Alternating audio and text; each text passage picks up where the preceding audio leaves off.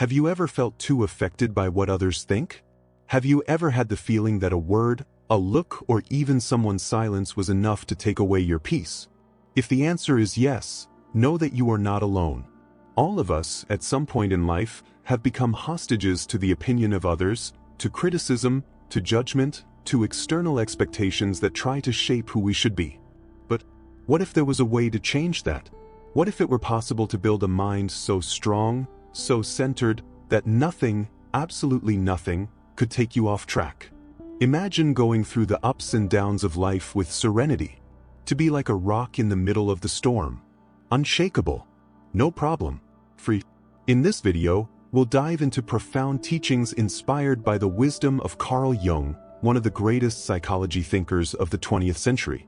You will discover, step by step, how to develop a state of mind where criticism does not hurt you, fear does not paralyze you, and the external world no longer dictates your value. So, if you want to learn how to build this inner strength, take the opportunity to subscribe to the channel. Here, we go deep into themes that truly transform mind, soul, and attitude. Activate the bell to not miss anything and leave the like to strengthen this content. And now, let's get straight to the point, because understanding how to make no one or anything affect you can never be the biggest watershed in your life. Have you ever noticed how most people live according to what others will think? From the clothes they choose in the morning to the most important decisions in life, everything goes through this invisible filter, the judgment of others. This happens because, from an early age, we were conditioned to seek approval. First from parents, then from teachers, friends, society. And, without realizing it, we hand over the control of our emotions into the hands of outsiders. But here's a liberating truth: no one has the power to affect you, unless you surrender that power. When you understand this, something begins to change. You realize that the outside world may even try to provoke you, judge you, pressure you, but how you react to this is your choice. And this awareness is the first step to true emotional freedom. Carl Jung said that what bothers us in others is usually a reflection of what we have not yet resolved within ourselves. That is, the more affected you feel by the attitudes or opinions of others, the more a sign this is that there are internal wounds in need of attention. Instead of trying to change the world around you, start by looking within. Observe what criticisms hit you and ask yourself why. What is there inside that has not yet been accepted, healed, understood? From the moment you really know yourself, something changes radically. You stop being reactive and start being intentional. External provocations continue to exist, but they no longer find anywhere to cling to. It's as if you become immune. Not because the world has changed, but because you have changed. And this internal change is what differentiates those who live hostage from the external from those who live with emotional autonomy. Now that you understand this first pillar of inner freedom, it's time to dig even deeper. Because it is not enough just to know yourself, it is necessary to act from this new place. Knowing yourself is the beginning of the journey. But true transformation happens when you start acting on that self-knowledge. And that's where many stumble. Because understanding something rationally is one thing. Living this truth on a daily basis, with constancy and presence, is something completely different. The world will continue to test its limits. People will provoke you, situations will frustrate you, and life will inevitably put you to the test. Therefore, the second step is to develop an internal presence so solid that nothing can unbalance you. Have you ever noticed how some people have such a stable energy that they don't seem to be shaken by anything? They are not cold, nor indifferent. They just do not allow the external to rule the internal.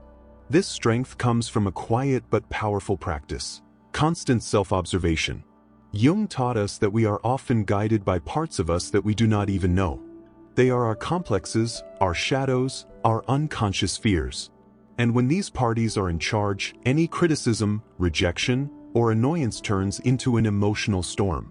Therefore, observing yourself without judgment, perceiving the triggers, understanding the reactions before they become explosions. This is all daily practice. The more you observe yourself, the more you realize that many of your feelings aren't about the other, they're about yourself. The anger that appears, the sudden sadness, the discomfort with any comment. all of this can be a reflection of something unresolved within you. And when you start to see situations in this way, instead of getting lost in them, you become stronger. You begin to create space between the stimulus and the response. Does anyone criticize you? You don't react on impulse. You breathe, feel, reflects, and only then does he decide whether it deserves his attention or not. This gap between what happens and how you choose to respond is where your freedom lies. And the more you practice this, the more you realize that the peace you seek so much is the peace you seek out. In fact, it has always been inside. But it only reveals itself when you silence the noise of the automatic reaction. When you choose to be whole, even in the midst of chaos. This conscious presence, this emotional stability built day after day, is what allows you not only to resist what comes from outside, but also to transform your relationship with the world. Because when your center is firm, you don't bow to chaos. You cross it. And from this place of balance, the next step of the journey is born, learning to deal with the shadow, yours and others, without losing yourself. Dealing with one's own shadow is one of the biggest challenges for those who are seeking to live with emotional balance. And there is no way to escape it. The shadow, as Jung said, is everything that you are, but that you don't want to see. They are the traits, the thoughts, the impulses that you learned to repress, to hide even from yourself, because they did not fit what was expected, what was accepted, what was considered good. But the fact that you ignore these parts does not make them disappear. In fact, the more they are denied, the more they grow. And it's just when you least expect it that they come to the surface, through disproportionate reactions, intense hurt, envy, fear, anger, resentment. The shadow appears when you project onto the other what you do not want to see in yourself. When someone deeply annoys you for a particular behavior, it's quite possible that this behavior reveals something that you yourself repress. And the most curious thing is that, by not recognizing your shadow, you become a hostage to it. You start to live reactive, vulnerable to the behavior of others, easily unbalanced by situations that, deep down, only reflect something unresolved within you. Facing the shadow is not easy, but it is profoundly liberating. Because as you shine a light on these hidden parts, you start to recover pieces of yourself. You begin to understand that feeling angry, envious, or afraid doesn't make you a bad person. It makes you human. The difference is in what you do with it. When you embrace your emotions with awareness, without completely identifying with them, you become the master of your reactions. And so, what once affected you deeply, now just passes through you without dominating you. Dealing with the shadow is also learning to deal with the shadow of others. Because once you recognize that everyone has wounded parts, fears, insecurities, and pains that haven't been resolved, you stop taking it all personally. A harsh comment, an unfair criticism, a cold attitude, all of these can stop being a direct attack and start to be seen as an expression of the pain of the other. This does not mean accepting abuse or submitting to toxic relationships, but rather developing discernment and compassion. You begin to see more clearly what is yours and what is not. When you master this art of recognizing the shadow without getting carried away by it, you become someone who lives deeply, not on the surface. You gain lightness. Not because life gets easier, but because you get stronger inside. And with this strengthening comes a new understanding, that in order not to be affected by anyone or anything, you must learn to live in the now, fully present, conscious, and free from the shackles of the past and anxiety about the future. That's what we're going to talk about next. Living in the now may seem like a simple idea, almost cliché, but it is actually one of the most transformative practices anyone can adopt. The human mind has a constant habit of wandering between what has already happened and what has not yet happened. Clinging to the past, she relives hurts, feeds guilt, repeats stories that should have already been left behind. Anxious about the future, she projects fears, anticipates problems, creates scenarios that may never exist. And, in this incessant back and forth, the only moment that really matters, the present, ends up being neglected. But it is only in the now that life happens. It is in the present moment that you have the power of action, of choice, of transformation. Everything you feel, everything you think, everything you are, it only exists here and now. When you understand this, You begin to realize how much you have wasted energy trying to control the uncontrollable. The past can no longer be changed. The future has not yet arrived. The only thing you can do is live this moment with presence. And what does this have to do with not letting yourself be affected by others? Everything. Because the more present you are, the more aware you are of yourself. And when you are in yourself, centered, aware of what you are feeling, thinking, and choosing, it becomes much more difficult to be carried away by the impulsive reactions caused by the world around you. Criticism comes, but you are present, so you choose not to identify with it. The teasing happens, but you take a deep breath, because you're no longer on autopilot. Presence gives you back control. It breaks the cycle of automatic responses based on old wounds or future anxieties. And that gives you power. The power to choose where to put your attention, what to feed inside you, and above all, what to let go. Being present is like turning on the light within yourself. Everything that once seemed to dominate you begins to lose strength. Because you are there whole. Neither yesterday nor tomorrow. Of course, it is not easy to maintain this constant presence. The mind will try to escape. It is restless by nature.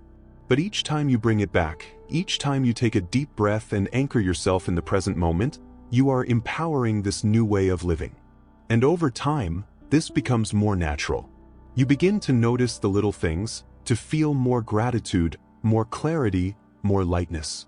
And above all, you begin to realize that the external world no longer has so much power over you.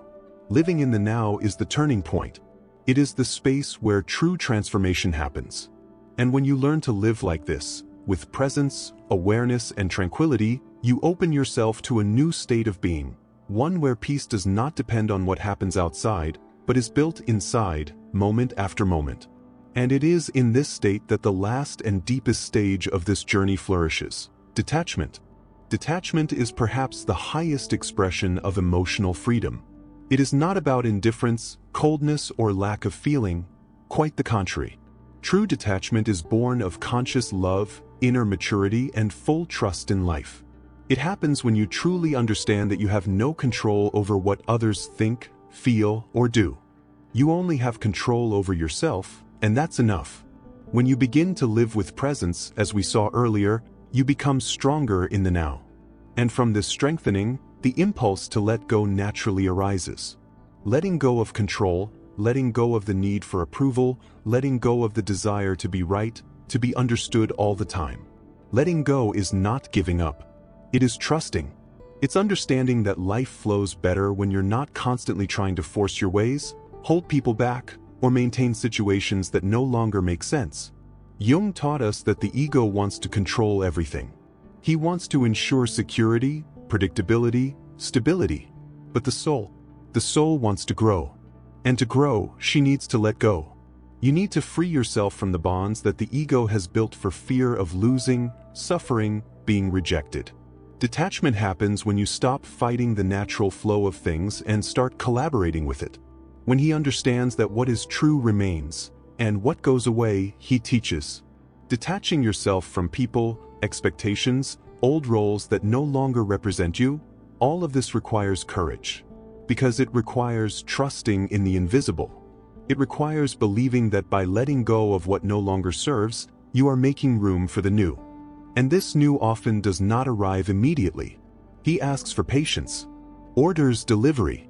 But when it comes, it's always lighter, truer, more aligned with who you've become. This process of letting go is also what allows you not to be so easily affected by the attitudes of others. When you let go of the idea that others need to validate you, understand you, or treat you the way you expect, you free yourself. Because you understand that each one is on a level of consciousness, facing internal battles that you can't even imagine, and that their behavior says much more about them than about you. With detachment, you start to live with more peace. Not because everything is under control, but because you no longer need that control to feel safe.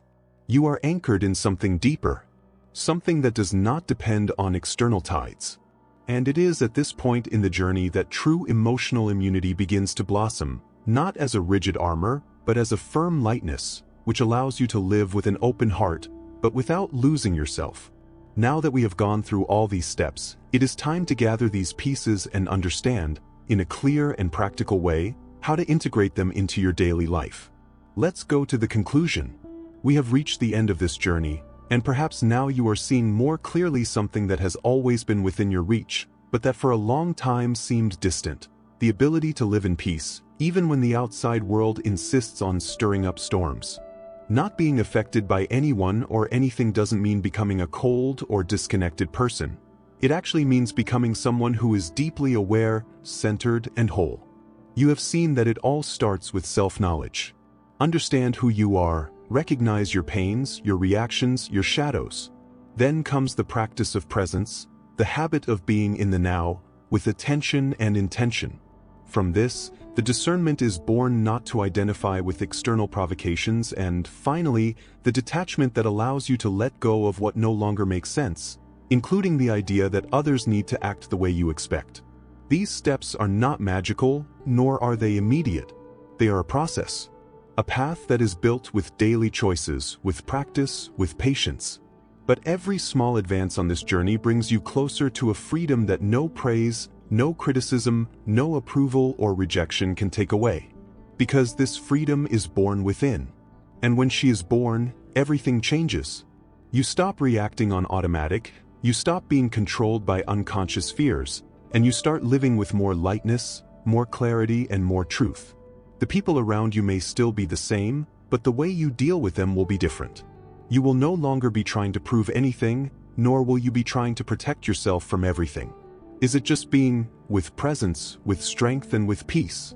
If this content touched you in any way, take the opportunity to subscribe to the channel, leave your like, and share it with someone who needs to hear it. Because the world changes when we change.